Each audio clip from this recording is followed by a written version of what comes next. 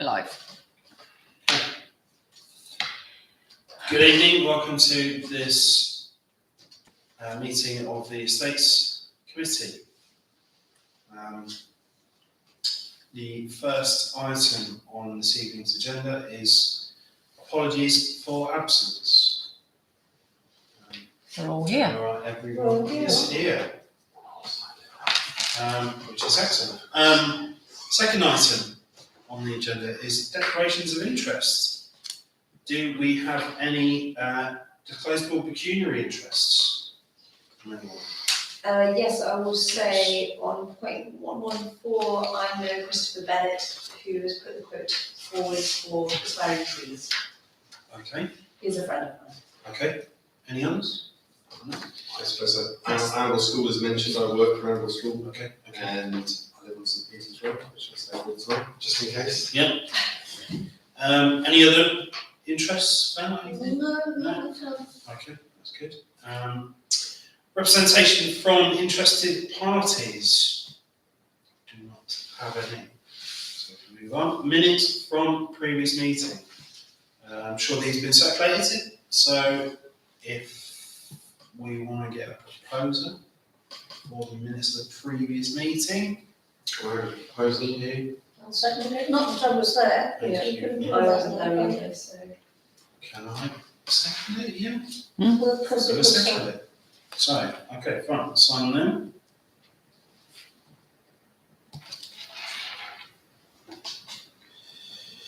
Sorry, just one thing. It says I'm going to email the community engagement officer at Gigaclear, see how we deal with a complaint that somebody had. I did. Yeah. And I haven't heard back. Okay. I think it was resolved anyway, wasn't it? Yeah, I think so, but there seems to be annoying one. Okay, next item on the agenda, reports. To receive a report, properties and open spaces. Guess we'll receive that one, yeah. These are just to receive, aren't they? Yeah. So, monthly properties and open spaces update report, monthly action plan, progress update, 3 to 7 year rolling maintenance action plan. Anything within those reports that anybody wants to know? Just on the open spaces report, I've written down. About the skate park. Mm-hmm. The plans have gone to NNC. No, not the plans, that's wrong. The request to develop it under, whatever it's called, permitted development, has gone to NNC, and they've sent Emma a thing saying they've received them. Okay, So it's pretty slow. right. But I think within the next 2 months they'll go back to us. So that is progress, I suppose. Okay, next item then is the rugby club, Seed Trees. Yeah, it comes in. The only bit about it is to do with trees. It comes in later because it's purely about trees now. That's fine. Fletton House, all got an update. So first, to consider future usage of the area previously used by the Arundel Preschool. Is this, we have got a thing here, haven't we? Isn't that right? Supporting. Yeah, it's been supporting document. Yeah.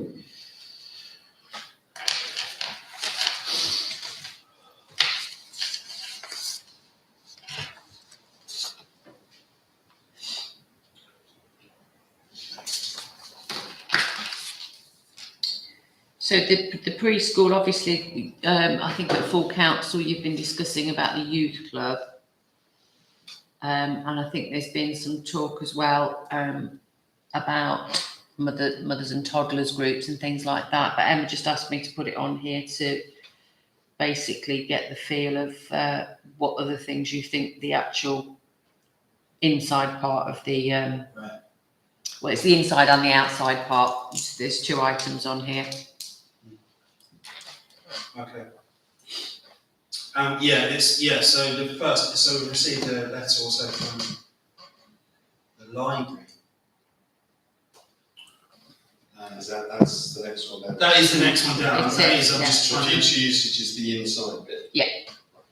So what sort of, have you got any ideas? The thing is, I remember when we did our tour, I remember we basically said the problem with it is it looks like what it is, and that is Pretty cool. yeah.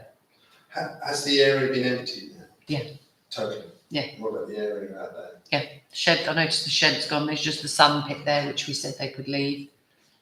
Because it might be usable for, if we do have like mothers and tots groups.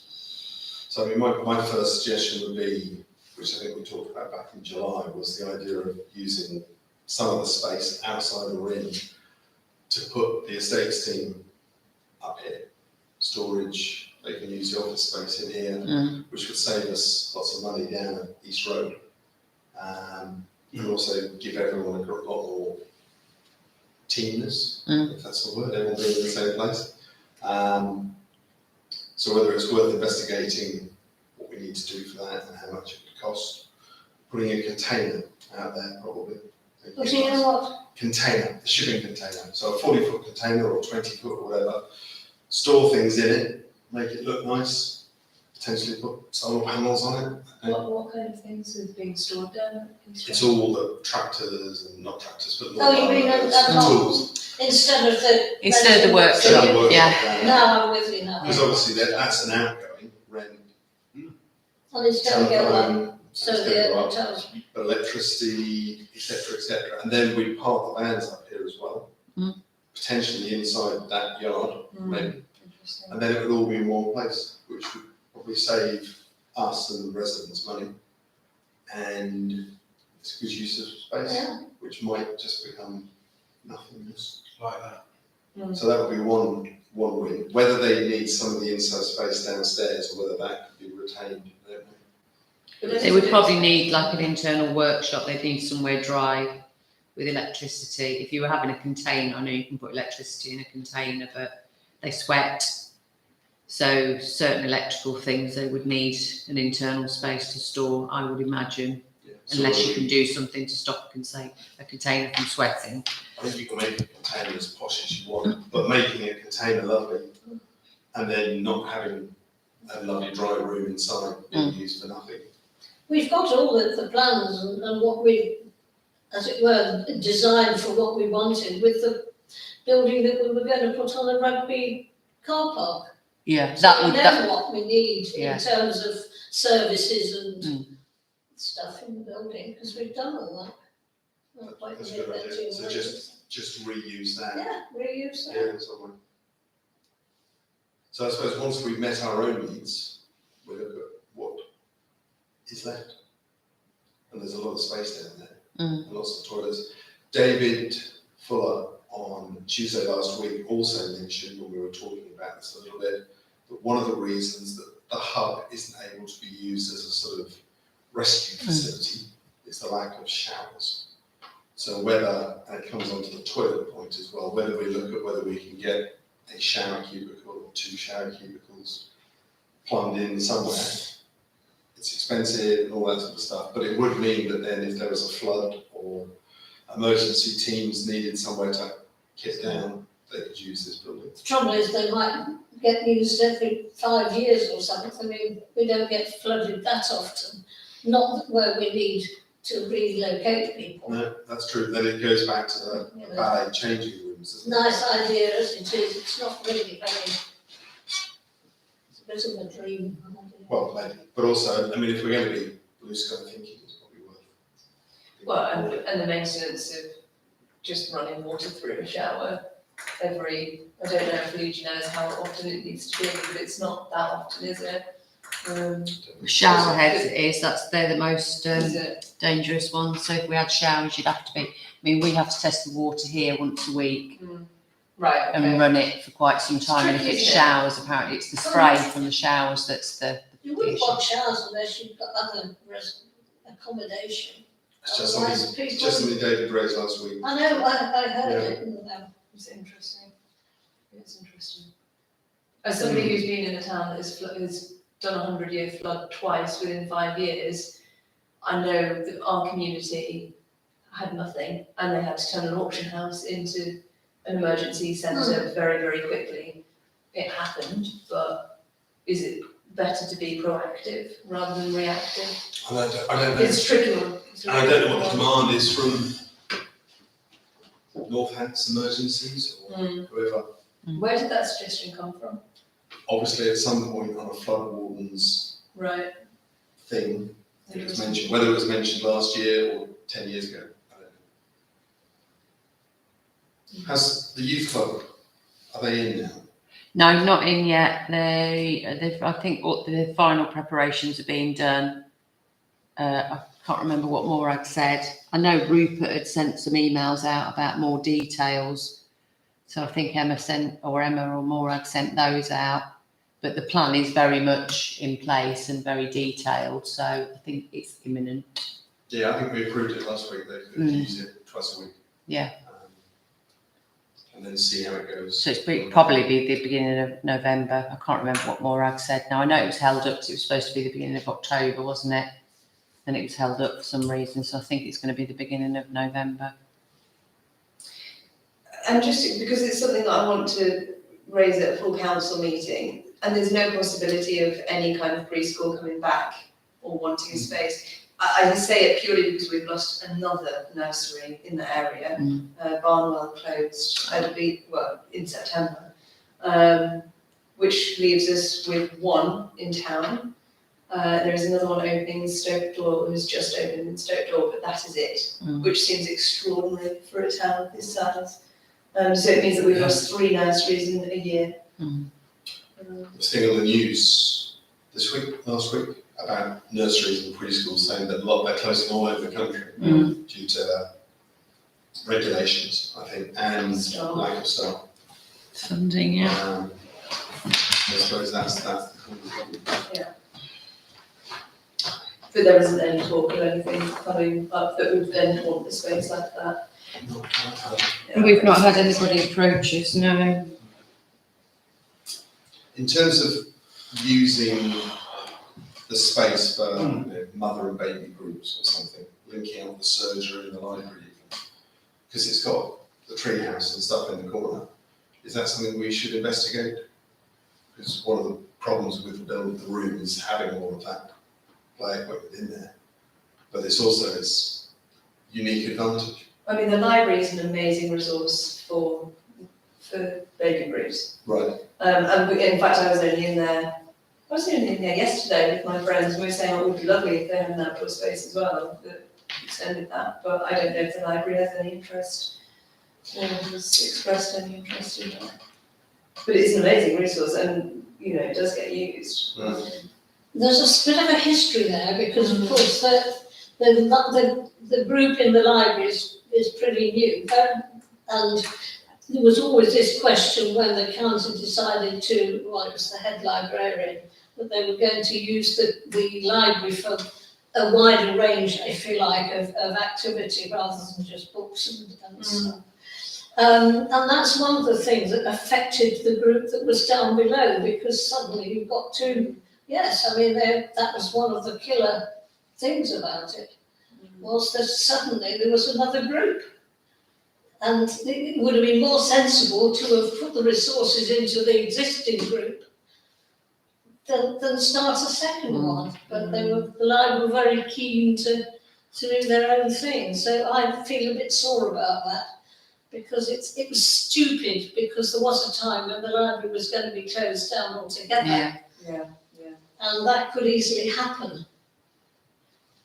And there we are, having lost a really good purpose-built resource. It's bonkers, absolutely bonkers. Well, that does, in a sort of odd way, bring us on to the next point, which is 106.2, and that is with to discuss email received from Amber Library regarding the garden area previously leased by Amber Community Preschool on the slide next step. So I have an email for that from Claire Boughton, library manager. Apologies for contacting you out of the blue, but I've got a random question. I'm hoping you'll know the answer. Our gardening club have noted the sad loss of the nursery. On the back of this, they're asking who will now look after the garden space that adjoins our garden. One of the ladies has suggested that the garden still belongs to the library and was only rented from what is now NNT. I am not sure this is true, but I said I would ask to see if anyone knew. So, So she's suggesting that the library own yeah, the garden lot, They do. they do. do they? Emma and I didn't realise this. We just again believed we'd been told that it was ours. That's why we rented it to Yeah. the preschool. But I dug out some files and I found obviously the title deed to Fletton House, which doesn't include the garden.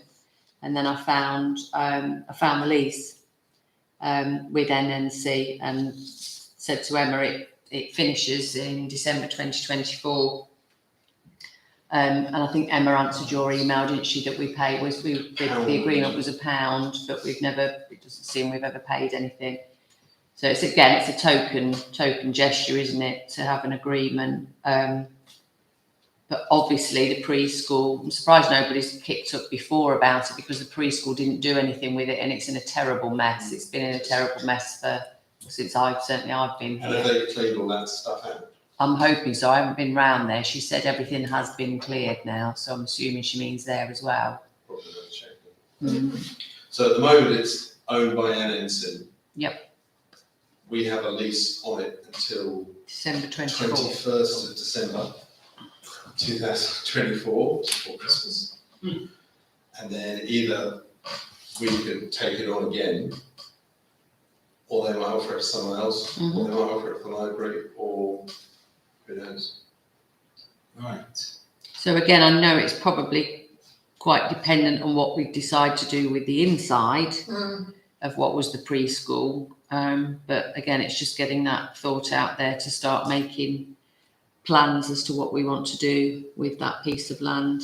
Are we going to approach NNC? And again, I said to Emma, maybe discuss it on estates first, and then if take it to full council when we've got more of an idea what you want to do, what you feel we should do. We could make fantastic plans for it, couldn't we? And then NNC might say they're not extended the lease. Mm. Or we might decide we don't want it, and then NNC say we'd like to keep it. Either could happen, so I suppose, who do we contact NNC? Find out their thinking. 'Cause I'm not sure it's on their asset register, but. It's not on ours. We get that hold. So, sorry, so the NNC, do they own the library then? Yeah. Right, okay. Is that then a conversation they could have with the people who run the library, or is that a conversation we can? Well, we're currently in an agreement with them, so we can Yeah. go to them and say what we want to do. But like Ian said, if we make loads of plans now and they say, well, actually, we don't want to continue the agreement, we're going to give it to somebody else. Yeah. So it's probably worth finding out from them first if they are happy to continue with it, Then- if we want to, and then we've got two. For sure, I mean, under the terms of the lease, the leaseholder's got the first right, Yes, haven't yeah, they, yeah. to Yeah, negotiate the Mm. lease. Maybe not firm plans, but going with a plan and saying, we're aware that the lease is coming up, but this is what we'd like to do with it, surely would give a bit more impetus Possibly. if we wanted to encourage the use of it. What would we like to do with it? It depends what we do inside the building, I suppose, isn't it? yeah. I mean, if we've got the state's maintenance team here doing things, would it be a nice place to have as a nursery to grow things? Or would it be? That's why I think it's a key bit of land, isn't it? It's So fantastic. it would be incredible. It was such a to- shame, really, that the preschool didn't have enough time to devote to it because it would have been such a Yeah, good kids learning would be tool for the great, children. exactly. You know, for nature and bits and pieces like that. It would have been amazing, but they obviously didn't have the time and the resources to actually do it. But it is a good. Is that what the email is suggesting though, is that the gardening club? would Yeah, it have looks their like they land? would like to. Yeah, take it over. I should imagine.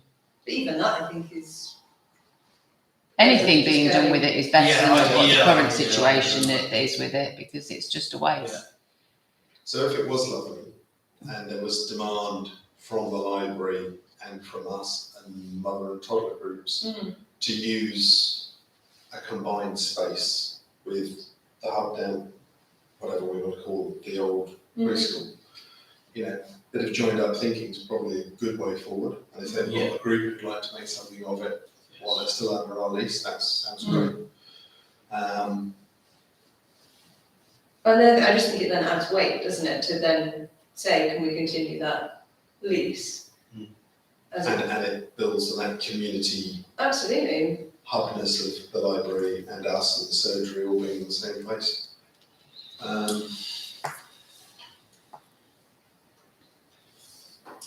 But if we want to make downstairs into something else, I suppose we just say we don't want the garden anymore. It's easy to release it as well, isn't it? Because they can put a gate in from their side. It's not like it's difficult to get to. So in the first instance, do you want me to approach whoever needs to be approached to just say this is what we're thinking? On that basis, are you happy in 2024 to continue? Just so that we've got the kind of nod. I suppose it's probably a two-pronged thing, isn't it? Is it worth going back to the library and saying, we've got a lease for the next 2 years? We perhaps might need to remind them of the fact. But what we'd like to do is maybe work with them over those 2 years and talk to Northland. So it's almost like we're doing those two things side by side. Joint thing. Okay. And then at least they know what we're thinking, and we talk to Northland. And once we get an answer from them, if we get a straight answer, then at least we'll know maybe by next month if they're willing to work with us and NNC are willing to work with us, and it's happy days. Okay. That's something. Well, we might know a bit more about what we might need it for. There's something, you know, when we're looking at that's right. any further use of that room, we might just have to reconsider them. The use of the outdoor space. There's a fence between that bit of garden, isn't there, and the library garden? Yeah. Is it got a gate in it, or is it? No. Right. So I was just thinking, because if there's going to be a youth club in that room, there's no storage. So if we had some kind of weatherproof storage outside, that could be somewhere where the youth club could keep stuff. Because we can't let them have space in that room if it's going to be used by other people. You know, we can't just let the youth club have it twice a week and keep it doing nothing. That wouldn't be good economics, would it? Well, no, also it would be a valuable asset not being used. Yeah. So it might be a useful thing to have it. Okay, so, yeah, I think we're agreed on that. Okay. Perfect. Thank you. Okay, the next item, 10603. So we've had a request from Old Winkle Preschool regarding the children's toilets and cubicles from downstairs in the area we're talking about. So I'll read that. We had the sad news that Arundel Preschool closed. We, as a registered charity preschool ourselves, were invited to take any resources that we needed. We did this and noticed that it's small child-sized toilets and cubicles. Will these be being removed? The preschool said they were not sure what your plans for the room in the future is. If these are going to be removed and discarded, please could we be considered for them? We are looking at putting some child-pride ones in our building, and obviously these can be recycled. It will cost us and the environment less. We just thought we would ask. Yeah, I put this on here, but I hadn't realised that you'd apparently spoken about it in the last full council, and I think the decision had been made that until we're more sure what we're doing with that area, we won't make any decisions. So I thought I'll just go back to her and just say, we obviously bear you in mind, most definitely, but at the minute we don't know exactly what we're doing with the space. When we go, I don't know what people think about this, but when we go back, is it worth just asking them two questions? One, what's their timescale? Because if they're looking to put theirs by next summer, at night at our times to go really well. And also, I can take a toilet out, but I'm not sure it's usable afterwards. And I'm not sure the water would stop when I took it out. Yeah, yeah. So, you know, are they going to come along with a qualified plumber and make good, it's all fantastic, and we should fit normal toilets, or are they just taking in? Yeah, then that has a different aspect, doesn't it? One's Yeah, being yeah. helpful and one's causing us more problems than it's worth. So just seeing what they suggest, or how they suggest doing it. And that gives us till the next month or the month after to maybe get. Yeah, a shape. okay, yeah. That sounds good. Yes. We can all take it. With a sledgehammer. Yeah, exactly. yeah. Stopping the water afterwards, Yeah. that's my problem. They're only little toilets, it's only a little flow, right? I think the water comes out. You ought to have seen the leak that we had recently. There's not. I think water has one speed. Fast. Yeah, fast and bad. Okay. So the next two items are updates from Hub and QVH. Is there anything in those reports that have been circulated that anybody wants to bring up? We've got some cleaning going on. And just to reiterate what we said at full council last week, which was it's great to see the hub busy. Yeah, it's busy tonight when I came in. Yeah, it's all good, Yeah. so happy days. I can sign here for an hour early, it was lovely. It's warm. Yeah. I think we might get busier and busier as this year carries on. Yeah. Much more than my house at the moment. Yeah. Okay. So the next item is courthouse. We've got a few things here. So the first one, to receive notice given on the 8th of last month from our school regarding offices 2, 3, 6 and 8 at the courthouse. This is obviously old news now because So they've It's gone. been a while, yeah. They've gone. We paid them. Okay. So the next item, to approve new tenant, Butcher Bailey Architects Limited, for Office 8. Yeah, I sent you all the information that Luke sent me, which hopefully you've had a chance to have a look through. Selector. I see. The more selector. Yes, I see. Okay. Do we need to make any decision on that, or do we say yes, no? Just on the basis of the information he's given you, are you happy to carry on with arrangements as them as a tenant? Yeah. Yeah, that's really good. Yeah, Yeah, I can't see any reason why. can I have a proposer and a seconder then, please? You go first, you go first. Rebecca, I'll second it. Ian, everyone in favour? Yeah. Thank you. Okay. Quick question on that. I was looking at the budget the other day, I can't remember where it was now. With those 3 offices vacant, that's obviously going to put a hole in our income. So how do we normally go about advertising? Berries usually step into the breach. I've waited for a little bit because obviously over the winter there's a few repairs that need doing. So I haven't gone charging in to say to Berries, can you start? And plus the fact 2 of the existing tenants have said they've had people approach them. So they said they'd let me have their details.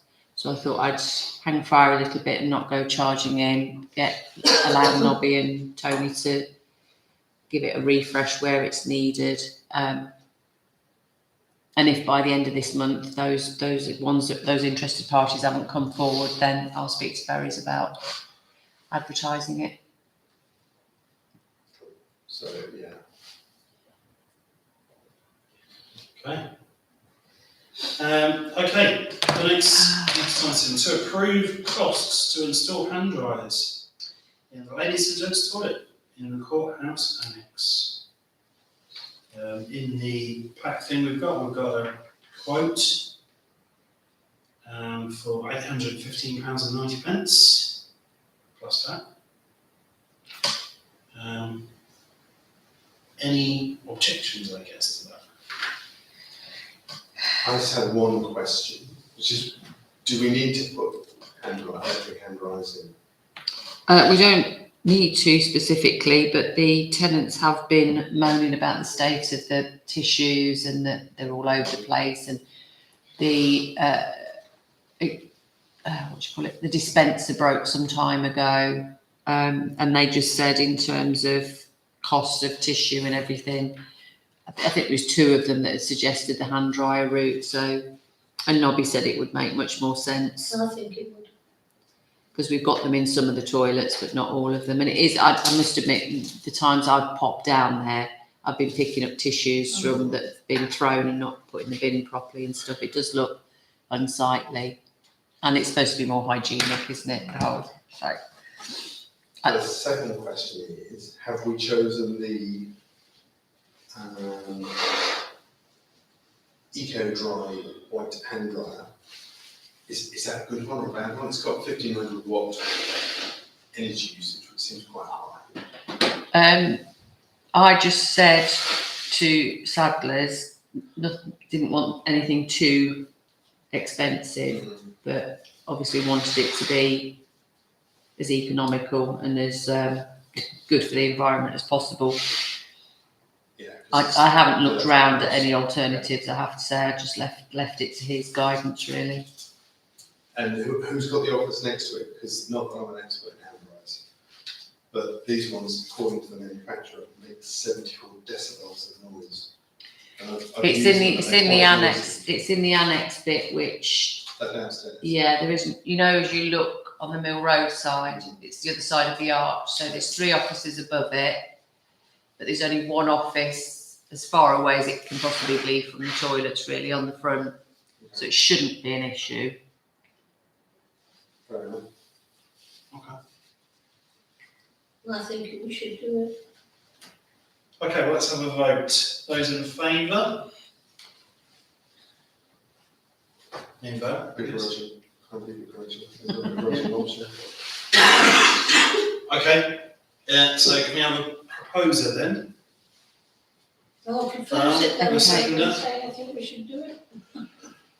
Okay, thanks, Jamie. Okay, Sorry, flu.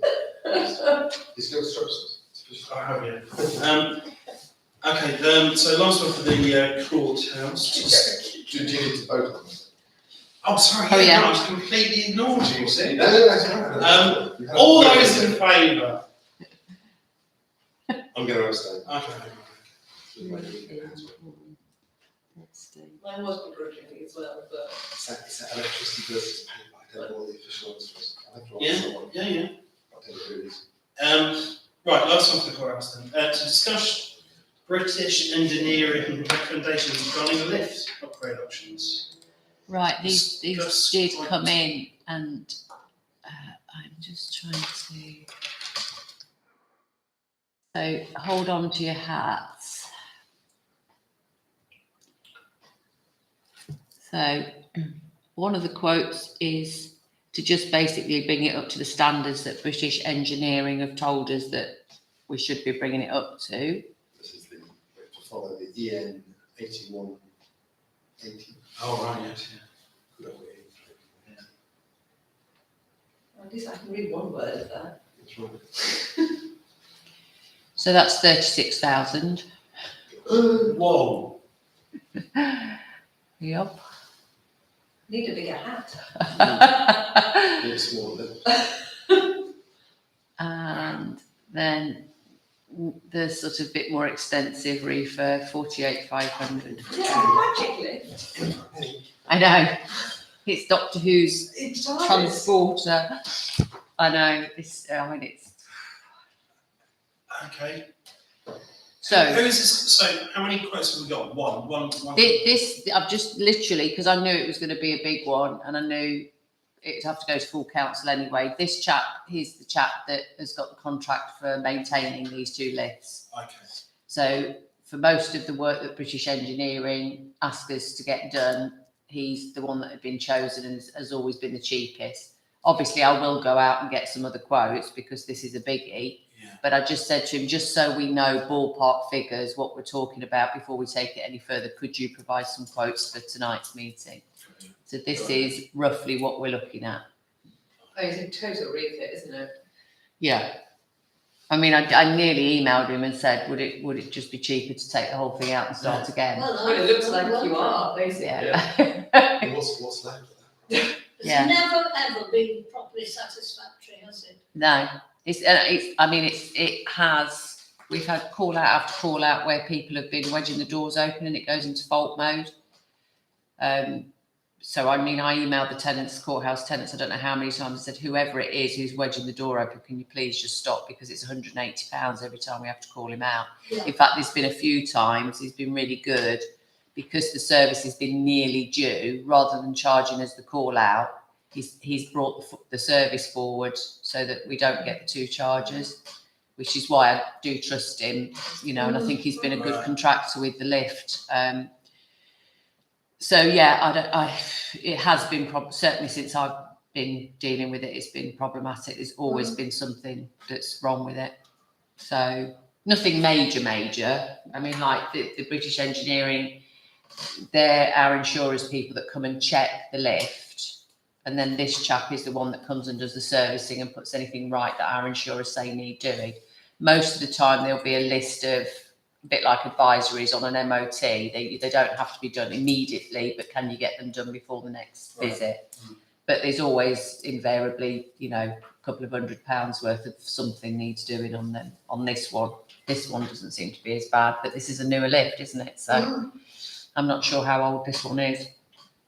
Same age as this place, as the house. No, the one at the courthouse. How old is that lift? Oh, I see, in Yeah. comparison. Yeah, to this. Well, yes, that was put in originally when it was, when the courthouse was opened.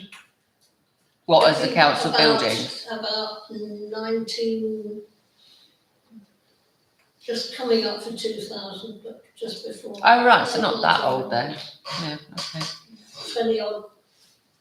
Just two questions from different ends of the spectrum. The first one is that the report from British Engineering says that we know the lift does not comply with modern standards, and we advise that the key safety aspects be reviewed and a programme of modernisation be adopted. So that's not obligatory. I assume that's Advice, yeah. And I think I remember looking at the SEN 8180, and I forgot to look at it again because it wasn't very interesting, and I should have looked at it again. But I think it's advisory, isn't it? Yeah. Everything is always advised. Yeah, so, you know, could we start saying, okay, this year we'll do A and B and C and D? Yeah. Are we then meeting the requirements of what they've said? And from the other side of the coin, is it worth looking at A, do we need a lift? And C, but later to B, how much would a new lift cost? Because if a new lift's going to cost 50,000 and it's got lasers and a disco in it, But is that not effectively a new lift? it must. That's what It must looks- be. It That's just what it looks looks like like. stripping it down to, I bet you get a I new don't know lift. what essentials we've left. That's what an eBay must have. To be honest, Yeah. I kind of feel that if you're gonna do it, you might as well just do it once, and then it's all done at the same time, Oh, that's- yeah. so things fall apart at the same time, rather than piecemeal. And then we plan that in 20 years, we know it's going to be replaced. Exactly. I don't know the courthouse well enough, but just for disabled access, I would say if there has been a lift there. Yeah. I don't know the building well enough. There's been a lift there a lot longer than that lift. Yeah. Yeah. I would There's a say some- probably. there was. And it is It used, because I know the people who report the fact it's not working to me are the ones that need it and rely on it, so. Yeah. Yeah, I'm going to throw it on that. I think if we're going to do it, do it. I suspect we need one because there's only one other flight of stairs I see. You won't be able to use it. to the upstairs and they're not, they're pretty narrow and, Mm. aren't they? It's not, it's from a safety point of view, I think we might have to put a second fire escape there, we haven't, have we? No, because you've got no doors really that Interesting. lead You can't use outside. the lift as a fire escape. No, there's I two, just say on the grounds of accessibility. Yeah, I'm sure you're right. So it's then, we have to choose whether it's bit by bit by bit or a new thing. That's fine. Yeah. Because I'm sure for that money, I'm sure you can find a new lift.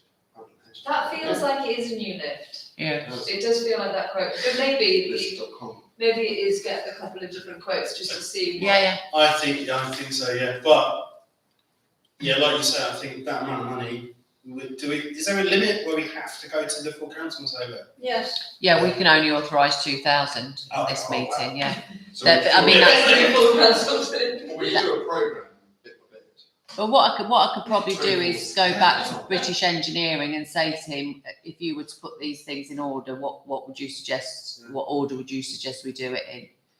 When I get And then hands- if I get some more quotes, and you can then you can speak about it in full council, and you can decide if you want to do it bit by bit, or whether you're going to get some money from reserves, or set it aside to do it all in one go next year, or, yeah. yeah, I'll do that then, I'll go Did to you British. get a quote for a new lift then? Yeah. As well, Yeah. so then we've got, cheaper Yeah, then you've got the range of reliable. Yeah. And I will, tonight, when I go home and I've got nothing else to do, I won't I'll read BSGN 8180 Wow. and see what exciting. That is I can get dedication. from it. That is dedication. That is dedication. Okay, so I think we're agreed on that.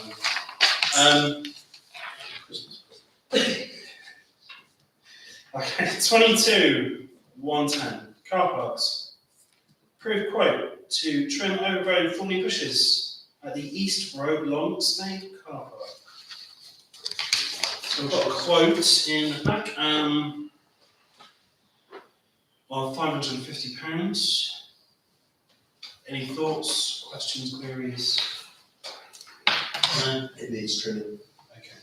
can I Yeah. check with Lisa? Because I thought that the car park was owned by the council, which it is. But the co-op is responsible for maintaining it. It's not, no, it's not This that is, one, this is Herne This is Park. the This is one the- Oh, yeah, It's Herne Mr. Park. Yeah, Mr. I beg North's your one, pardon. yeah. It's at East Road and I Yeah. automatically just thought of, Yeah. we've got two in East Road then. Yeah. Yeah, sorry. No, this is Mr. North's one, isn't it, that we rent back off Oh, him? yeah. Yeah. Long Yeah, yeah. Yeah, and it Well, needs that's, doing. yeah. And I'm sure, not going to spend a lot of time down, but when I have gone past, there's more loitering cars and McDonald's rubbish Mm. going around the place. And I'm sure the bigger the horny hedges are, the more it attracts. Yeah. Yeah, That's yeah. okay.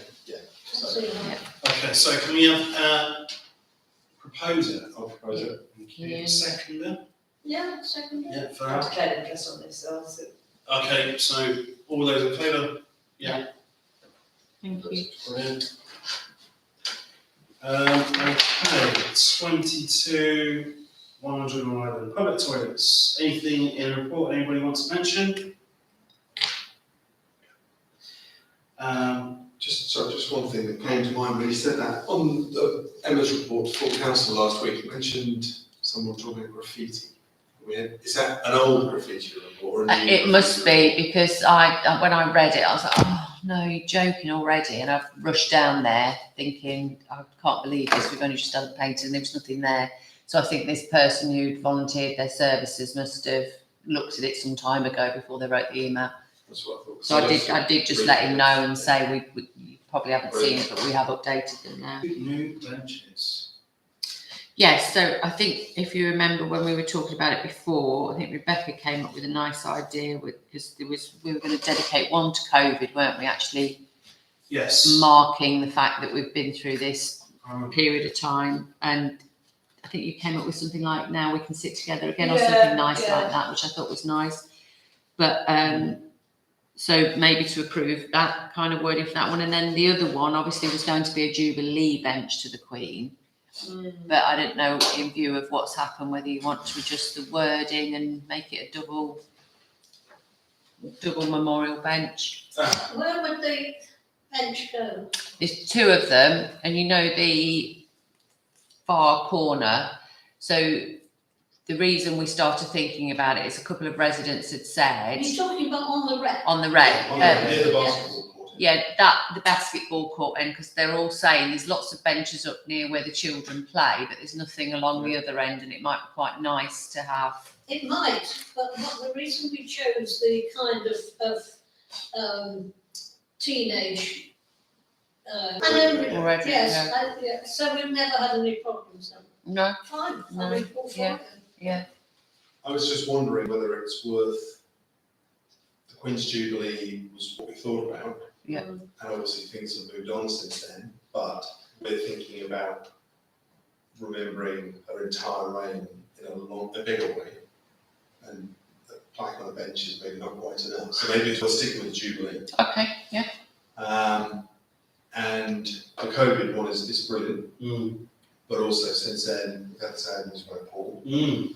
Whether it's worth putting a commemoration to Paul on the bench as well as the COVID thing, put the two together, or whether we should do something else as well, I don't know. Could we just do one for COVID and one for Paul, Yeah, and then do something bigger for the Queen? That makes sense. I like that. And we'll do the Queen because we've got hopefully bigger fish. Which will come out, we can put a bench, Yeah, Right, I think there's that's- other things that we can do Yeah. for that, but it would be good to give Paul his own. because the time seems right. Yeah. Does that Okay. work for everyone? Does that mean we need to go back and, this is going to come back again, because we need to go back and sort of wording again? No, if you decide on it tonight, I can get the plaques ordered and done. The benches are here, they've just got to be installed, so. So, Good. COVID bench, what was the original wording? We did, now we can sit together again.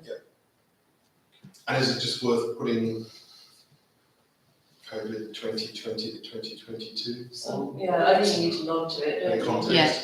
Otherwise, what? What? Especially at 10 years' time. What? Yeah. So just COVID 2020 to 2022, now we can sit together again. Yeah. Exclamation mark, or, No, leave it. Just- leave it out. okay. Yeah, it's always better, less is more, isn't it? And for the other one, Councillor Paul King. Yeah. In loyal memory of- servant to the town. I don't know. You want in memory of? Mm. Yeah. When I've looked at memorials around the place, the 1800s, you often see a name, but knowing why is sometimes quite nice, Okay. historically. So, in memory of Serving the, yeah. loyal servant of the town, or I don't know, loyal resident, loyal, a great servant of the town. Or how long is he on the council for? Don't know. Yeah. I have a problem with it. Yeah. Well, speak that. Now's the time. We had a big problem, which cost the council a great deal of money and a lot of worry and anxiety, and he was very much part of that. And there are people, probably like myself, who feel that I'd rather not associate myself with it. Okay. That's fair enough. In that case,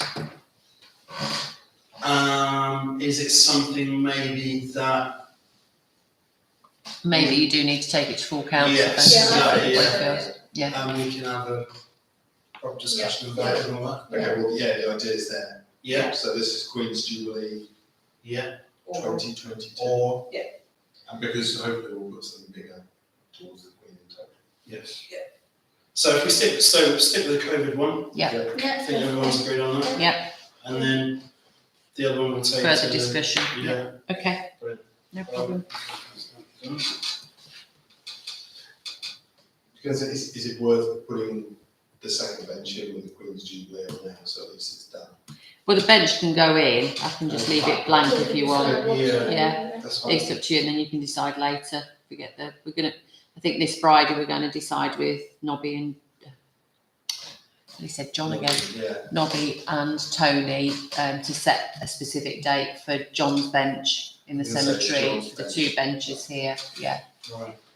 can we photo those and when they go in? Yeah. I'll put them in the advertising. Yeah, yeah. Okay.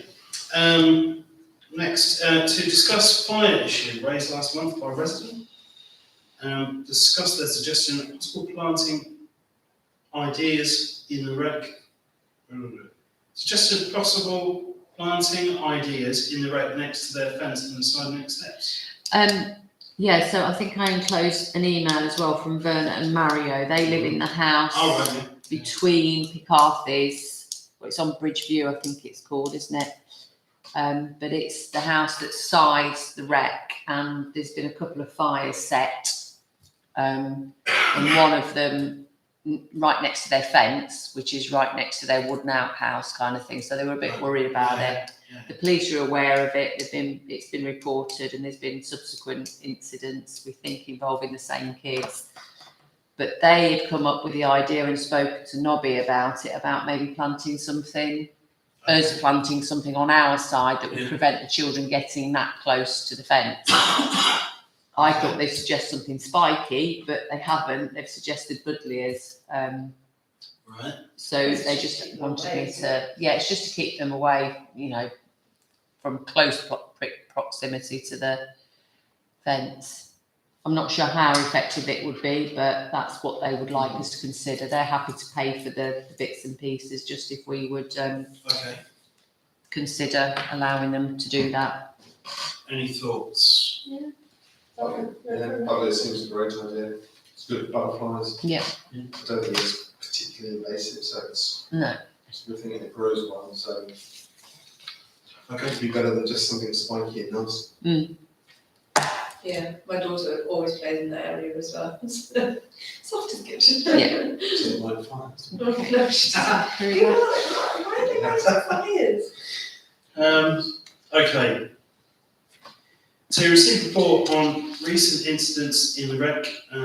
Discuss the possibility of CCTV with a view of making recommendations for council.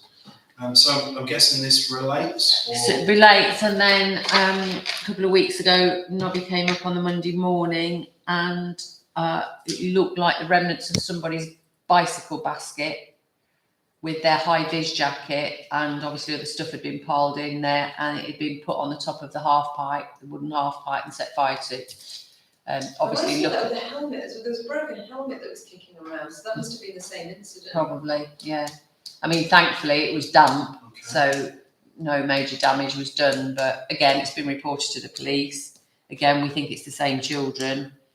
But I was talking to Emma about it and said, let's just get a quote from one of the people that we know that provide CCTV, and then get your thoughts on what you think we should recommend, whether it's worth having CCTV. When looking down that route. Who would be responsible for looking at that CCTV and maintaining? Us. So we'd have to pay for, same as the town centre CCTV. If there's any incidents, we have it installed, we have it serviced. If there's any incidents, the police approach us and we have to see if there's Provide it. anything on there, yeah. So it is a cost, but if things are going to get worse down there in terms of behaviour, I don't know.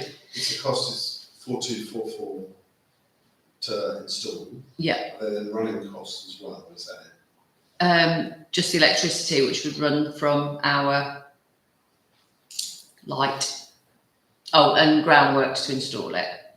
But that's about it.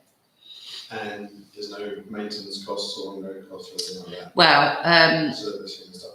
yeah, they do annual checks on them, but they're fairly, I can't tell you what they are for the town CCTV, but they're not very expensive for 4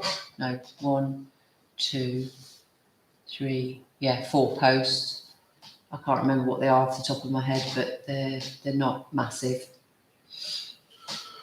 The other question I thought about it is having a CCTV image of someone lighting a fire.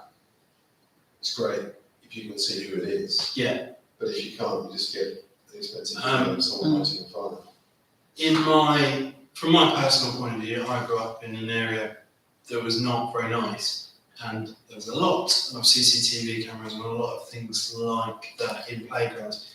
And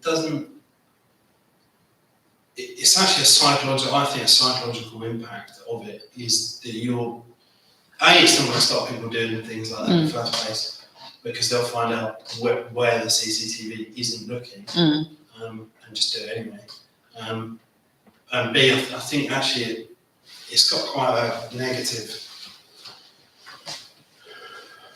psychological impact on that space and that environment. I'm kind of with you on that. I don't think we need it, really. Yeah, I'm not convinced. Okay. But I think it's something we should keep talking to the police about. Yeah. And also, if skate park gets approved in some way from planning and, you know, we decide we do want this and we can roll it into an overall bid for the whole thing, that might be another view. But I think I've walked down through the rec quite a few times since we heard about this, different times and different nights, and the only thing I've seen is the two lads playing on the swing in daylight. Yeah. I told them that it costs them lots of money to replace it, and they very politely got off. Thanks me for it, which I thought was being sarcastic, but it seemed genuine. It was rather touched, actually. Well, it's fine if you do it, it would be totally stupid for me to try. Well, you phoned me up, I can't remember now. But it was, yeah, and you saw, it does seem to signal a lack of trust, I'm not sure. Yeah. That's what I Yeah. would tend to lean to. So, and I have seen some awful behaviour in that park as well. But yeah, I don't know. I don't know what deterrent CCTV would really be anyway. Yeah. I don't know. It would be interesting to have a look at, because I'm often aware when the police reports come out, there's quite a lot of aggravated assault and things like that. I don't know if any of that is around that area or not. I'd be quite interested just to try and work out. I've not heard any, and That's it's, a good question. it's like this. That's my only kind of thing on it, but I don't know. I can't tell from that report where things are happening. So This lady and gentleman went out because what what actually happened is it was when it was really warm and they'd got all their windows open and they suddenly smelt a lot of smoke and they thought it doesn't smell like somebody having a barbecue. It was about 9:30 at night. So they went and looked outside and they saw all this billowing smoke and they said it looks like it's coming from the wreck. So he went out and he was quite a long time and she got worried about him. So she went out after him and these children had been quite rude and were swearing at him. But other than that, they were just saying, well, we don't know what you're talking about. Where's the fire? What are you talking about? Kind of thing. So they managed the situation okay. And she said she didn't feel threatened or anything. So it wasn't, it didn't escalate from them going out there. But yeah, it's, yeah, I don't know. keep the discussion in place, isn't it? Yeah. I mean, the police did, Arthur, the PCSO, did come in and see me about it. He said he knows who they are. They are on the radar, and he said all we can do at the minute is assure you that we're making more patrols around that area. We're doing different times. So yeah, So I think that's more of a deterrent than Yeah. CCTV. Yeah, I agree. So I think put it on the back burner if we can maybe and see how the next few yeah, months go. okay. But also, you know, if it keeps going on, let's see what the police say. If it will be useful for them maybe. Okay. Next, to discuss including monkey challenge in future improvement plans for the play area.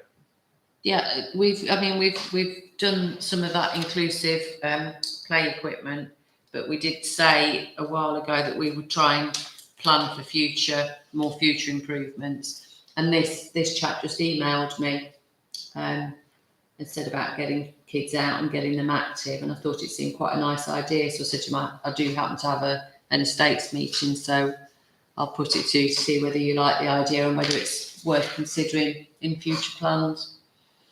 Do we, from those that know, do we have anything that is similar to monkey challenge? Not quite like that, no. But there are quite a lot of climbing things. aren't There are a lot of climbing things. There are. I just wondered when I saw it, given that we've taken out the urinal wall, is this rebuilding a urinal wall? I personally, yeah. I'm also, at the cost of it, looking at the construction of it, I think it's quite basic. It's quite expensive. It's also sort of the reverse of inclusive. Isn't it? That was my, yeah. It's quite It's my other opposite. So maybe it's something, I mean, we should probably consider what we want to do with that playground over the next year or two. And make sure there's some money in the budget for it, maybe that sort of number. And just to reiterate, the things that have gone into the playground are still so successful, being used by all ages. And it's really nice to see them being used. I think it's so important to get those things right that maybe we should have a look at what we want to go in there. Okie doke. Did we get a price for that trampoline thing? Was that 6 or 8? Oh, I remember that. 1,000? Something like that, wasn't it? Around about the 5-ish. Because I emailed the resident back and I think I've heard, and maybe it's worth chasing up. Because I mean, that sort of number, will be up for more than the other. Yeah. Also, where would this go? I don't know. On the back? Yeah. Next to the firewall. That's what I was wondering. Yeah. Provide another firewall for them. What's the plan? Yeah. Okay. I don't know. It's not- Okay. Next is properties and open spaces. So it's in the report. Anything anybody wants to mention about that? Seems quite about cows. Yeah. Where the cows go? They've gone for their winter holiday. Ah, They were only as a summer thing. Last time I saw them, actually, they were looking quite depressed, as if they'd done all the work they had to do, and they were just sitting there. So we're sitting there going, "We've done all the good for us. We've done all the networks." Time for holiday. Yeah, they just took it down the hole. I said, you know, they've done their work. Time to move on. But it's also nice, just to watching out the window, seeing how many people do now come along past the rugby club and they turn right to go to the boardwalk, to get to the river and do a circle or come back and then walk on. And it's nice, it's sort of a destination. Yeah, I still go down there most days, even though they're not there. Do you feel their presence? Yeah, I do. I still check the water pump at the end. I don't know why. It's full today because obviously it's been chucking it down with rain, but I still go down there and check because I think, well, there might be other little animals that Are want we, water as well. we're booked in their diary for next year? Yeah. He said he was really happy with it all. Your TV's about to go on standby. Oh, what does it say? Any key? Any key? any key. Okay. Okay, next, trees. Everybody's favourite. Who doesn't love a good tree? To approve recommended year 1 priority works for Rockingham Hills, St Peter's Churchyard, St Christopher's Drive, and Cemetery. So that's 1, 2, 3, and 4 on those pages. Okay, yeah. So, Rockingham Mill's 140. yeah. St Peter's Church 680. Christopher's Drive 360. 360. Can we hold on the cemetery until we talk about the cemetery one later? If you want, yeah. Because I might suggest we do something else with it. Okay. Oh, because it includes the cherry tree, doesn't it? Yeah. Okay. So you want to all approve? So, Those okay. Anybody not happy with that? Okay, good. Can we get a proposer? Thank you. Seconder? Again, this is a friend of mine, so. Okay, all in favour? Okay, so that's for quote. For 1, 2 and 3. Yeah. Right. Okay, and I'll put that one to one side for the other one. Okay. Okay, next to approve recommended year 1 priority works on the 3 trees at the rugby club. So this was a supplementary bit that we got done because it wasn't included in our original tree report. But Ian had somebody approach him that was concerned about some of the trees, although funnily enough, the tree work that's been recommended doesn't involve the tree that was the issue, does it? Not sure. I don't think it does. Okay. So this is what they've recommended and said that it really needs doing within the first year from the report. Okay. So the quote for that is £1,550. Anybody not happy with that? Sure, it's less than that. That's what, if we're gonna get advice from the tree line, he says this needs doing, we've got to, Okay, so can we get a proposal? I'll propose it. Seconder? Yeah. All in favour? I suppose all I would say is that when we look at the budget in November and December, we need to make sure that there's money in it for the tree work for next year. Okay.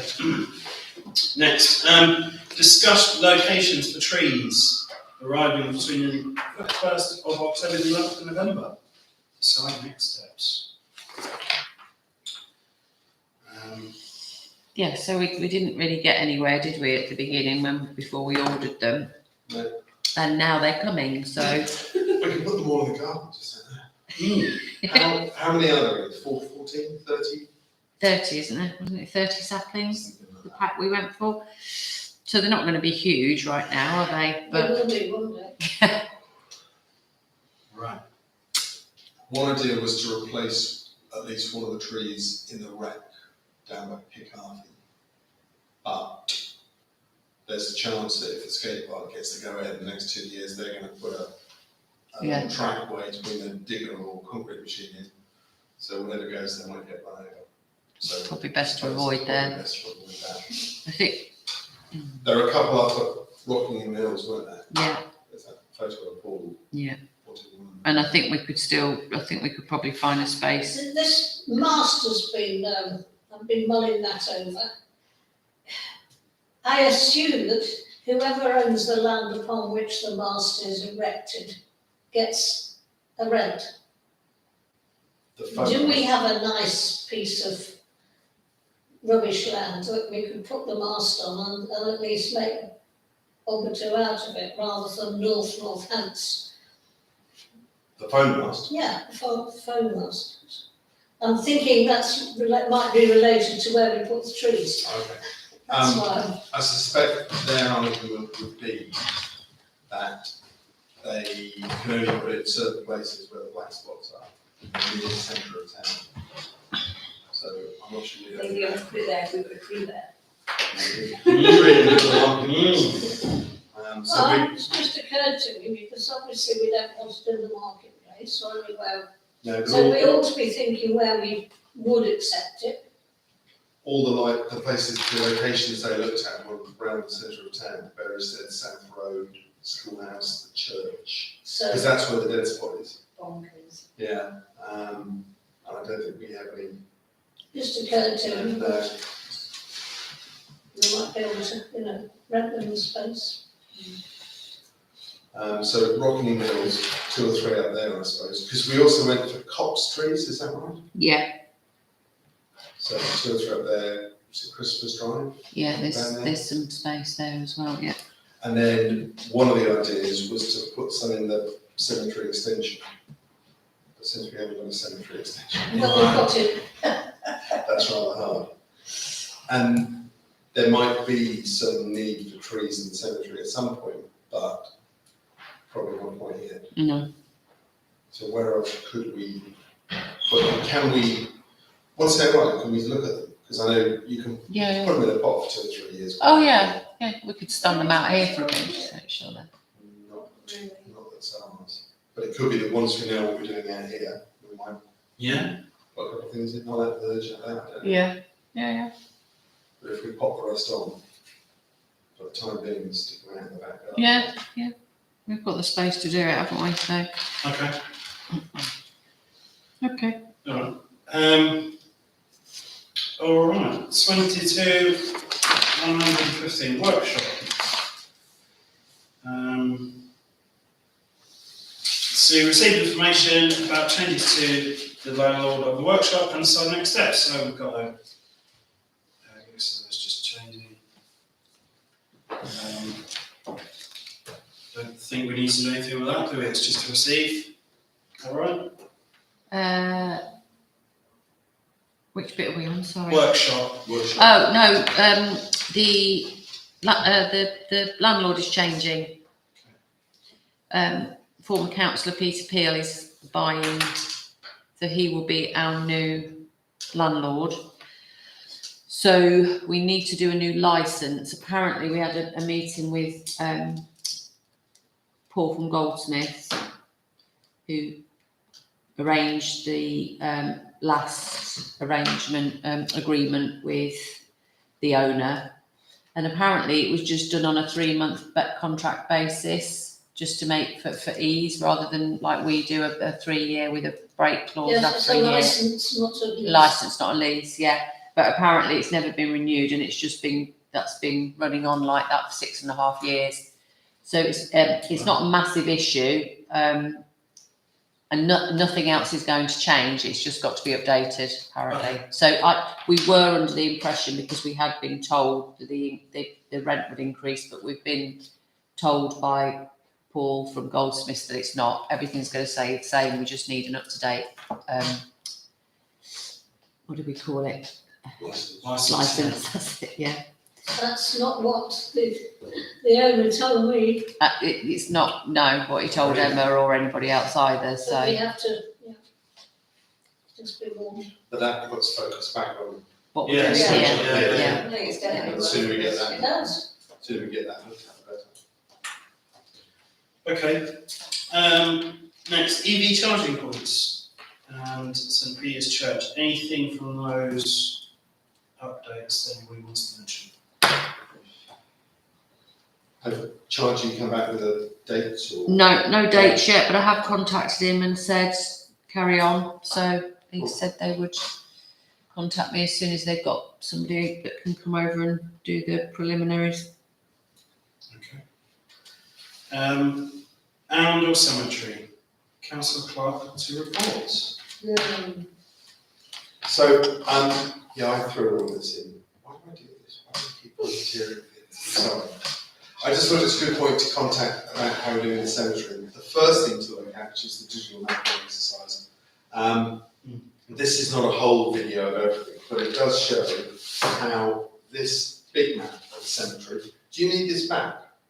Or can I keep it for a bit? Or You can keep it for a bit. would you want it back? I don't know whether I should imagine we've got another one. It's just beautiful and huge and exciting. I used to be in a.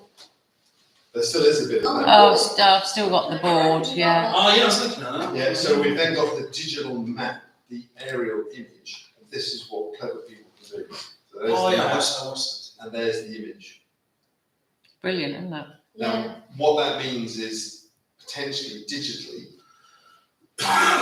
and you're trying to explain it to me, and I went, you can now click on a map, and the map and the grave that you see will be in the same place, and we'll be able to link data to it. And we can do that in an open website, whatever it's called. And who are these people called? Pear Technology. Pear Technology. Those of us who've had fun over the summer have done all of that section of the cemetery map there. it. Right, okay. Found a few errors in records, a few empty spaces, which I've put in here as a report instead of release. So I suppose we need to chase up with that. I can't remember, did Pear say that we can send them the first chunk of the database like that? Or I think so. they want the whole thing? I think Rebecca has spoken to them quite a lot, so I'll have to check with Rebecca. Because if we can get to the point where we can see how good their software is, and we know that the majority of those are right, or we work out how long they are and upload that, then at least we'll be making steps in the right Start, direction. The other thing is using this sort of thing as a portal, which a lot of cemeteries seem to be going into. You can sit at home and go, something like that. And what's nice about it is that if it's your family member or someone you know, you can start effectively not claiming the record, but adding stuff to it and proving links to other people in the cemetery, putting photos up just on the website, which at least is almost giving you that open historical resource, which potentially gets people interested in it, which is good for us, etc. I've got no idea how we move on with that, but that's something that we can look at. So that's where the mapping exercise has been getting on. And it was fantastic in the summer to go and sit down there for a few hours and just sit and work your way through. And I was amazed how many people were coming in and visiting graves in a way that I hadn't considered previously. Some very recent, some quite old. And it's just scary how many more there are to do. And that's an exercise for the holidays and the winter. I've got a question. I noticed when I was looking at those boards, this might be a stupid question, so there's a very clear line between what's consecrated and what isn't. Are the records for the unconsecrated people as thorough as they are for consecrated people? Possibly not. Okay. We've found errors on both sides, really. Yeah, there's errors from 10 years ago and 100 years ago. And there's all chances. The interesting thing, not that I've taught my classes about this, but I have, as soon as you start thinking what mistake we all make when we're writing things, every time there's a transposition from one record to another, every time the database gets moved on a spreadsheet, everything can tweak and go slightly wrong, which everything we consider good history could all be slightly wrong. It's really interesting. But I think there's no direct correlations in those records. Some are good, some are not so good. And so all we did is went through every headstone, looked at what was on the database and suggested corrections. But what we don't know is which is correct. Is the record correct on the headstone? Because some of the headstones aren't quite right. Yeah, I mean, I had one today for a burial next week, and the family couldn't find any of their records, but are adamant that grandma and granddad are there, and they've got the plot next to it. Right. I found the records, and yes, they had purchased 2 plots, but granddad and grandma aren't in either of those 2 plots. They're next to it. So. Wow. And there's quite a few of them next to it. There's quite a few who he knows they're meant to be here and there. So there's an empty plot, but it's got a headstone on it, and there's a full plot that's empty. Maybe. Okay. Yeah, it's quite a lot of work. It's a headache. It's a headache. I mean, that's why now I go down there with spray paint and I mark exactly where the person's got to go. And once we get the new bit of land, we get it all gridded out, then, I mean, for me, when you go down there, it's clear what's a straight line. You follow the first headstone and they should be in a straight line, but they're not. But at least when we get the new bit, I'll be really confident that who is in A1 is the person that's on our records as A1. But what's happened historically, we've got no power over. The only thing we can do is try and find out from cross-referencing stuff around it, and hope that, it's correct. I would probably say most of them are there or thereabouts, but it is really quite awkward. There's probably 30 to 60 or more record problems, but some are issues with the number of people on the cemetery. There could just be people who are in memory of, and there's no record of them on the actual cemetery thing. One of the interesting things that I noticed when I was down there is the fact that we don't really have a grid system marked out. There's no markers anywhere. No.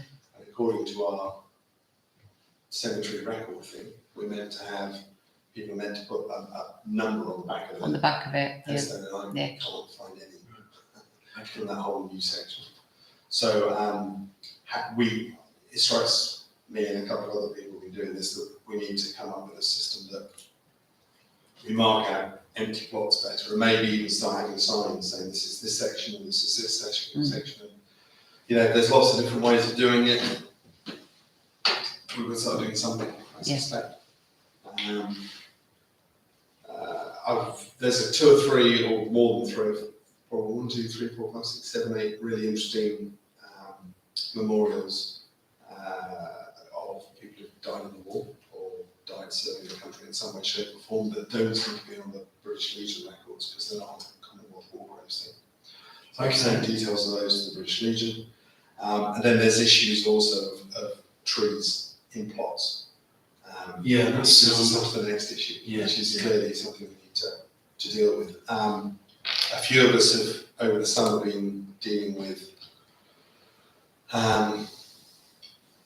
errant saplings. There's a lot being taken out, but there's quite a few, including buppies, that are in places that don't seem to be a great deal of harm, but they're in the middle of a gravesite, or they're in between two gravesites, etc. And there's some yew trees that are enormous. They're overtaking 3 or 9 plots. And I suppose one of the reasons I started drafting that sort of cemetery handbook, which seems to be something a lot of places have, so a lot of this is still from other places, plus what we have already, is dealing with this idea of a tree policy in some way, shape or form. And I suppose one of the things that I suppose we as an estates group need to think about is how are we going to make what we have fit something we can put on a website and make sure people have, because I don't think we've policed it that well over the last 20, 30, 40, 50 years. And then also, if we do get a new bit of land, or we start mapping out new plots elsewhere in the cemetery, we've got to manage them better. Because the job humans face on a regular basis is complex. It's stressful. Yeah. It's really, because you've got to get this thing right for people, Yeah. and For all these reasons. Mm. So marking stuff out, how we deal with trees, I'll come on to in a bit, and how we manage things in the future are really important. And the ashes section almost missed the eye because it doesn't look that big, but it's growing. We're going to run out of space there at some point too. So coming down to the tree thing, I drafted this a while ago. The issue of floral tributes and people putting flowers out, that's something that's clearly an issue across all sorts of cemeteries and all sorts of places. And the idea is that people can't plant anywhere, in any way, shape or form. We have to think about how we police that, I suppose. And then I drafted this tree policy a few months ago, that we have this policy of no planting on containers, but clearly there are lots of times where there are trees. Now, some of the trees are lovely trees. And chopping trees down does seem controversial. So I suggested, contravene this in a minute, that we should say that here's the policy now in 2022 or 2023, whenever we formally approve this, but there are some exceptions because they're important trees that we're allowed to get away, and they're sacred trees now. Therefore, we should say that those are exceptions, but we mark them out as exceptions. One of the exceptions I thought about was the large cherry tree. That's the next item on the agenda. Yes. And in my original mind, I thought it was a nice tree, and it was good to have there, and it was okay. If I could jump onto that, Sure. I met with the family of a cemetery nearby, of a grave nearby, and they've gone to a great deal of thought looking at the tree and its impact on the graves nearby. One day, when did that branch fall off? Was that August? Yes. I think One day I was so. going down to look at it, and a very large bough fell off it, which was dealt with, but the fact that it didn't damage any of the headstones nearby was lucky. And when I spoke to Sharp, they showed me these images that Lisa's put on there. And it's very clear that going back on the aerial photos on Google, back to 2004 or even 2000, the tree didn't exist. So effectively, in a high watch, in effect, it's been allowed to grow into a big tree. There's a report there about it. It's got some cankerous issues. And you actually start thinking, well, maybe we should get rid of it. The double win for me is that actually the grave that's being affected nearby is of an airman on a Royal Navy Sea King helicopter that went down with Carl Groves in 1973. And so, in a few weeks' time, we'll be doing a memorial service in town, and here's someone who died for their country, and we're not. Yeah. And you start thinking, oh. The next one is the family is very keen to keep up the number of trees in town. They would like to, if we get rid of it, plant more cherry trees, potentially in the cemetery extension, which is going to be probably a big bit of field that will need some trees. So I've changed my mind when I wrote that back in August to where we are now, thinking that actually, rather than spending £1,500 on getting his crown done, seeing how it goes, we should probably bite the bullet in the next couple of months, say we drop it down, which pains me, but I think it shouldn't have been allowed to grow where it is, because it's right in the middle of someone's grave, and it is affecting graves around it probably. And then we look to replace it in the new extension with more cherry trees, which the family will be willing to support us with. And I think the only thing we need to do is communicate it, so some notices up in the cemetery, and just say we're going to chop it down in a couple of months' time, and here's our thinking reason why, and here's what we're going to do to replace it. Because it's a nice tree, but it's in the wrong place, and it's not a perfect tree. So that's the next item, and I would propose that rather than what I was originally going to say in August, we have it taken out, which is painful, but there we go. So that's where we are. Okay, anybody got any thoughts or feelings about So that's a lot of stuff. Ian's report to us? No, any thoughts about the tree though? Just to add, I mean, I did say this to Ian, I went to a lecture last week Yeah, by somebody who's a very prominent tree person, and came and put it to him that we have a problem with trees being in the wrong place. You know, they seemed all right at the time, and he said although he's mad keen on trees and would put them in, you know, wouldn't cut them down, but he said there are times when it's the wrong place and the wrong tree, and you have to be, it's a balance between man and trees living together, and you have to accept that fact. So I would have no problem if the overall feeling is that it's the wrong tree in the wrong place. Shame, but I think it probably is. And the fact that we could replace it in a place that we're going to need to replace trees Yeah, is almost the same. it's not that we don't respect Serendipitous. trees. Yeah, it's just this one shouldn't be there. We should have got rid of it in when it was a sapling Yeah. a number of years ago. Because if everybody planted a tree by their grave, it would completely destroy the churchyard, because there would be roots growing into every, and it's Yeah. difficult enough with an old churchyard as it is, with the existing growth, to be honest. So yeah, so I'd like to propose that we chop the tree down, unfortunately, rather than taking the tree expert's advice from the risk assessment and having it crowned. I don't know if chopping trees down cheaper than having it crowned. I suspect it might be. I doubt it, no. It's less work, I'll it's just one ask- I'll cut. yeah. I'll ask Chris though, but yeah. Okay, so decide next steps. It says, I mean, if you're proposing we chop it down, then I guess we'll have a vote.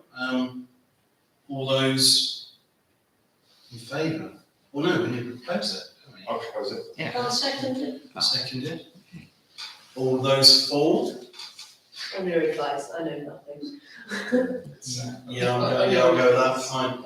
Okay, there we go then. Sorry, tree. Approved. Okay, the last one related to cemetery.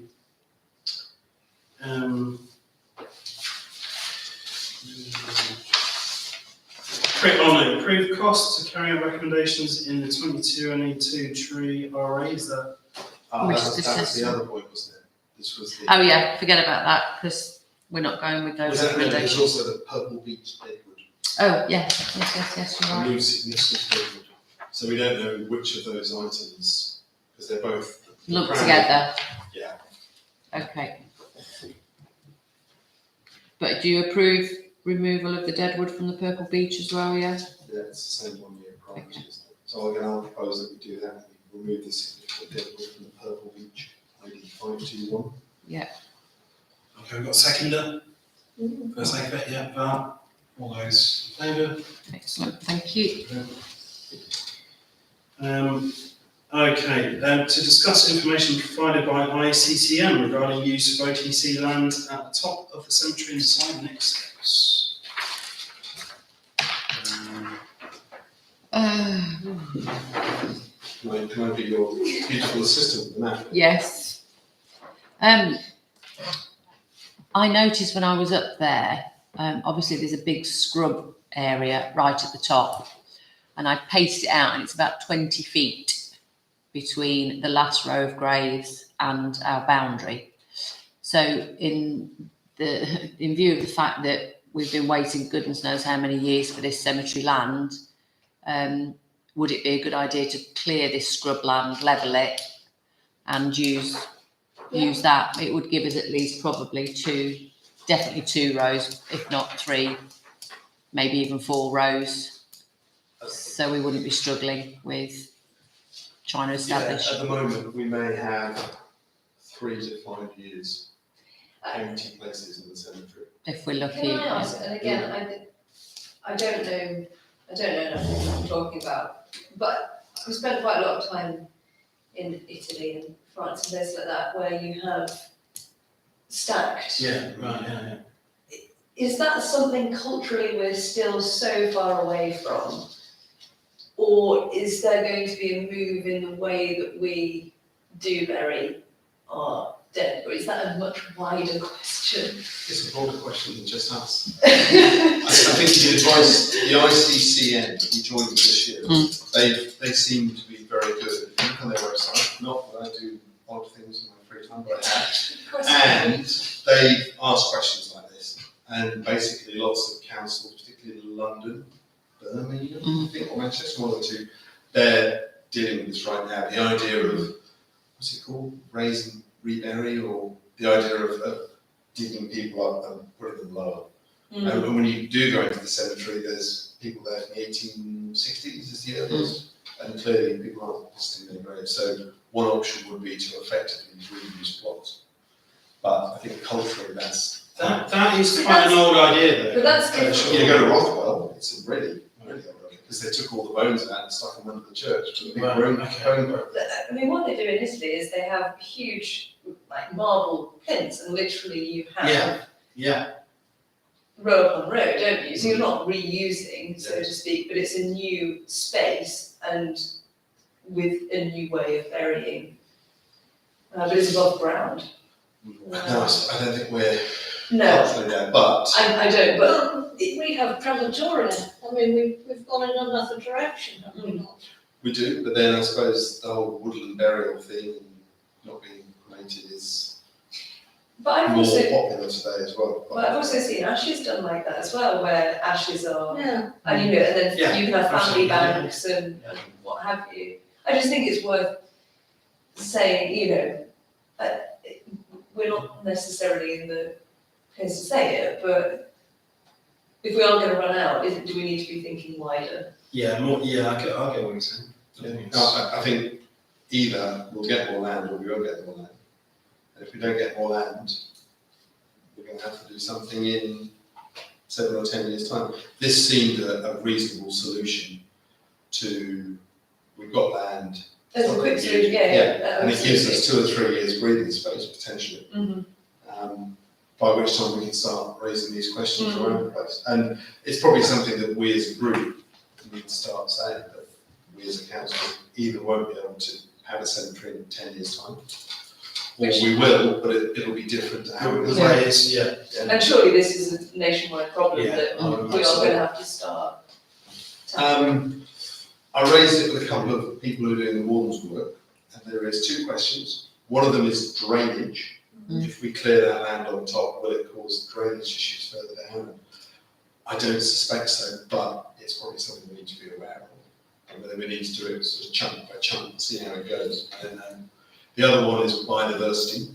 And, you know, Yeah. it's sort of dead land up there, but going back to the cherry tree, if we're taking some of that scrub out, we should consciously be adding better scrubbing somewhere else. And whether it's some of the trees we've got from the Yeah. Jubilee, in places that we know aren't going to be good for burials, because there's some tight bits of land in garages Yeah. and stuff. So that overall management, and I think it's probably something that we as the estate group are more responsible for than anyone else. So over the next year or so, we probably need to keep an eye on it. And if it's all right with you, I'll keep broadening the ideas. So do you need our permission for anything here? Yeah, so are you just you generally all in favour of looking into clearing that bit at the top, levelling it, or doing whatever we need to do to allow it to provide? And I think if you can get us a price from someone Yeah. who can clear the most straightforward section. Because certainly one of the things we found on the mapping exercise is you go up to the end when the records finish up in J63 and there's 3 more graves already. Yeah. You know, that section when there's not many trees Yeah. are probably the easiest to get Mm. into. Because it's not investigating. Yeah. But maybe that's the best way to go Yeah. rather than the trees.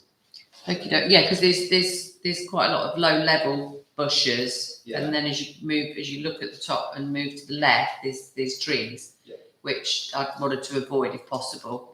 Basically between that right hand boundary and where there's quite a big pile of soil where the grave diggers left it on the site. Okay, perfect. Okay, next, Joan Strong Centre. To agree to include a schedule of condition clause in the new lease with Scouts as per their request. So I've got an email from them.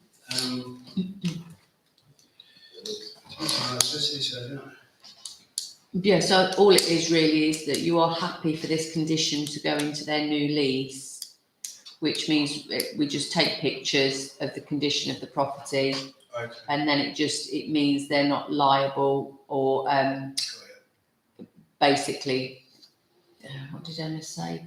They do not have to put the property in any better repair and Yeah. condition than is evidenced by the photograph. So I suppose it's just like when you rent a normal house out. The management company go around and do a DVD of everything, Yeah. looking at the skirting boards. Is there any marks? This is the condition it's in when it's given to you. This is the condition we expect it to come back in. I think that's basically what it's asking. So as long as you haven't got an issue with that being part of the lease. No, it's a good idea. Yeah. Are we taking the photos? Yeah. I think also comes back to the question we've talked about a few times here about, you know, where are we going to be in 5 years' time with Joan Strong Centre? And we can't decide that until other things are dealt with over there, but certainly it's good to keep talking to them. And I know when I've popped down there a couple of times, it's a great place to see, so I'm sure pop down and see it in action. You can start signing kids up to it. So. I've already been in there, so not for the Scouts. I signed the original lease. The half of the Scouts, You I should mean, take, you're the one who photos taken campaigned with to the get lease. the building in the first place. Yeah, Girl Scouts. Yeah, there's Girl Scouts and guys in there. Pop down. Right, next, markets, nothing to report. So, town events. To discuss planned extension and Christmas lights and agree to defer to next year. Okay. Why are we deferring to next year? Right, a few reasons. Obviously, I had to go through with the contractor and identify key buildings that were tall enough for the extension, which was approved at full council. We identified them and all but one said yes, but the one that said no for very valid reasons, i.e., leading towards Danfords, the one with the arch. Yeah. All right. It's the stonework at the front all the way along is not particularly good. So I completely understand that. Okay. There's no other building on that side that's tall enough. So the listed building consent didn't go in when we hoped it would, and they've got a backlog anyway. So we thought even if we had got it all worked out perfectly, we still wouldn't have it done in time for installation time. Then obviously we'd had a couple of people say to us about the energy crisis. We've got reports of various councils completely cancelling their lights, some of them scaling it right back. So we thought, well, is it really, one, we don't want to rush it and push it through and get it wrong, and two, we don't really want to give people the wrong impression that, everybody else is struggling and yet we're putting this lavish display on. So when we were chatting about it, We just, I didn't feel quite comfortable with it, and neither did Emma, so we just thought, shall we revisit it and just see if you want to just leave it for now and see how the land lies next year. Hopefully things will be better. Okay. Perhaps the whole council ought to, it's tricky, isn't it? Mm. Because people love the lights and they'll say they all need cheering up. But on the other hand, we do have the fact that Yeah. But I think if we go ahead with the way that our lights have always been, Yes. Yeah. that it is still significant, Yes. isn't it? It's still just that yeah. extension. Yeah, it's just the extension bit. And maybe the only other tweak that the contractor said that a lot of people are doing is they're just taking the time down that the lights are on. So ours are normally 3:30 until I think 11, I think they are. So if we maybe brought it down a little bit to just before it goes dark to 10 o'clock or something like that. It's a compromise. It's, isn't it? yeah, we're still having it, we're still having the cheeriness of them and being maybe there. how long they're on for. Yeah, that's what I was just saying. But Yeah. I don't mean per day, I mean overall. Oh, okay, yeah, so they could, we could turn them off earlier. Yeah, I mean, we could turn them off on the 2nd of January if you wanted. We normally, something like that, a suggestion. Yeah. Yeah. And you could also say that that's what we're doing. yeah, Yeah. So advertise through yeah, Yeah. Rebecca stuff saying that we're aware of this, but Yeah. we're reducing the hours and reducing the total time. Yeah. But So that we satisfy both lots of people, don't we? Yeah, sensible. sorry, it's also worth saying that we're not doing the extension, because I think we mentioned it. Something. Yes, we did, Just saying yeah. that We're we're gonna going to put have that, problems yeah. with whatever, but we'll look at it again next week. Okay, next to approve suggested payment to handle first responders for services at the Christmas market. Yeah, so this came to my attention at the Jubilee. So we've always had first responders at our Christmas event, and we've never suggested, it's never been suggested to me that we pay them. I therefore have never offered or asked. But then was discussing plans with one of the co-organisers of the Jubilee, and she was saying to me, do you think £250 is a decent enough payment to make for their services? And of course I was absolutely mortified, and I said, well, we've never offered, I've never been told we pay them. So I spoke to Emma about it, and she said, oh yeah, well, yeah, we should be giving them some sort of payment really. So we were just, that's what I wanted to ask you. Can we give them a contribution to the services that they give us? Thoughts? Scrooge like to say no. Yeah, whether we call it for services or a donation, Mm. I think either is a good thing, isn't it? Yeah, I think they know that we're supporters of everything they do, Mm. give them grants and stuff. But yeah, Donation. a donation. Yeah. And the 250 you feel is an appropriate amount? I think so. Budgets for the Christmas market is pretty Yeah, challenging. healthy. Yeah. Okay. Do we have to approve that vote or anything? Yeah, if I have a Okay, so- producer. Yeah, second, have one in favour. Excellent. Do we, how's the market looking? Have we got lots of people selling things? Yes, I should have done a count-up, shouldn't I, and given you a report. I'm going to try this week to go through the applications I've got, but I think I've got at least 60 Oh, at the moment. that reminds me. Are we in that? Co-op on stall, don't they? Yes, I think I went back to him and said, yes, I don't see That's the one. number one store in the annual. Exactly. They should be advertising. Exactly. I'll double check my emails tomorrow, but I'm pretty sure I did go back to him and send him an application form. I'm pretty sure I did, but I'll double check. I'll put co-op in big letters there. Okay, to approve costs of traffic wardens at the Christmas markets. What is That, the cost? Yeah, what is it? Put a so, separate email. yeah, because I don't know how many times I chased them. Christmas market, 2 traffic wardens from 8 a.m. to 5 p.m, including travel time. £378.84 for the Christmas market. Do we need to approve the Remembrance Sunday one as well? Or have we done that already? No, we haven't, but it's not on the agenda. Has that not already been done in full It council? may have done, yeah. I think that's already been done in I full think it has, council. I'm happy to propose. I mean, they're the usual, and we've always approved I'm them, happy so, to propose we go with it. okay. Okay, seconder? Yeah, Rob. All in favour? Excellent, brilliant. Okay, streetlights. Bassett Place security light. Discuss history of the light. Wow. Receive update regarding recent events. And decided by OTC was to approve cost to replace the light with a new PIR security light. Okay, so we've got a little photo. Nobody wanted the responsibility of this light. Shocking. OTC agreed to repair and replace it in 2017, but said they would not be responsible for maintaining it thereafter. Yeah. They were asked again in Jan 2018 and said no. Then revisited again March that year and still said no. And they were not going to adopt it. Oh, what a poor little light. It was reported this month that the light has gone wrong. Keeps flashing on and off continuously all day and all night. Several residents complained to Sadler's office to disconnect the light when I asked them to quote for repair replacement. They took pictures of the appalling condition of the box housing. Okay. Remains electric.